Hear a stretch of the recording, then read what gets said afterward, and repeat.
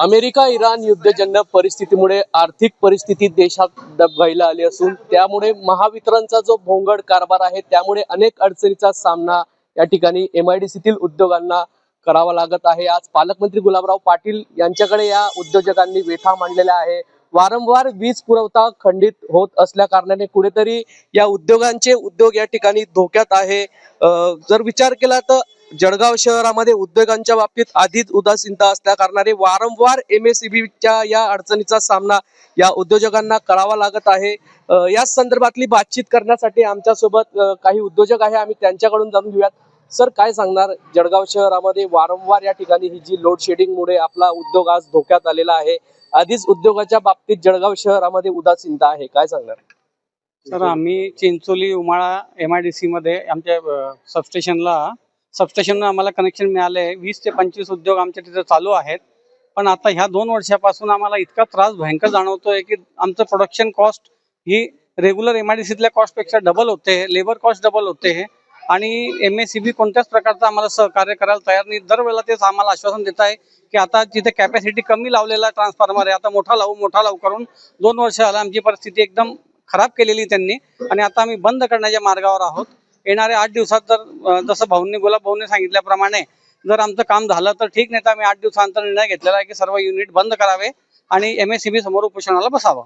Sir, या महावितरणमुळे आता किती उद्योग हे बंद होतील जर अशीच परिस्थिती राहिली तर, आणि किती कारागिरांचा प्रश्न हा निर्माण होऊ शकतो? सर, हा 25 ते 30 उद्योग आहे आमच्या क्षेत्रामध्ये छोटे छोटे आणि कमीत कमी 800 ते 1000 लेबर आमच्याकडे कामाला आहेत प्रत्येक फॅक्टरीमध्ये 20-25 असे पकडून।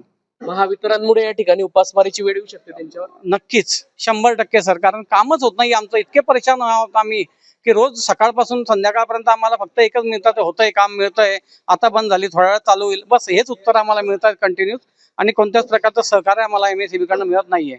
वर्षानुवर्षे हा त्रास सुरू आहे, मात्र अद्यापही महावितरणने या ठिकाणी कुठल्याही प्रकारच्या उपाययोजना केल्या नाही।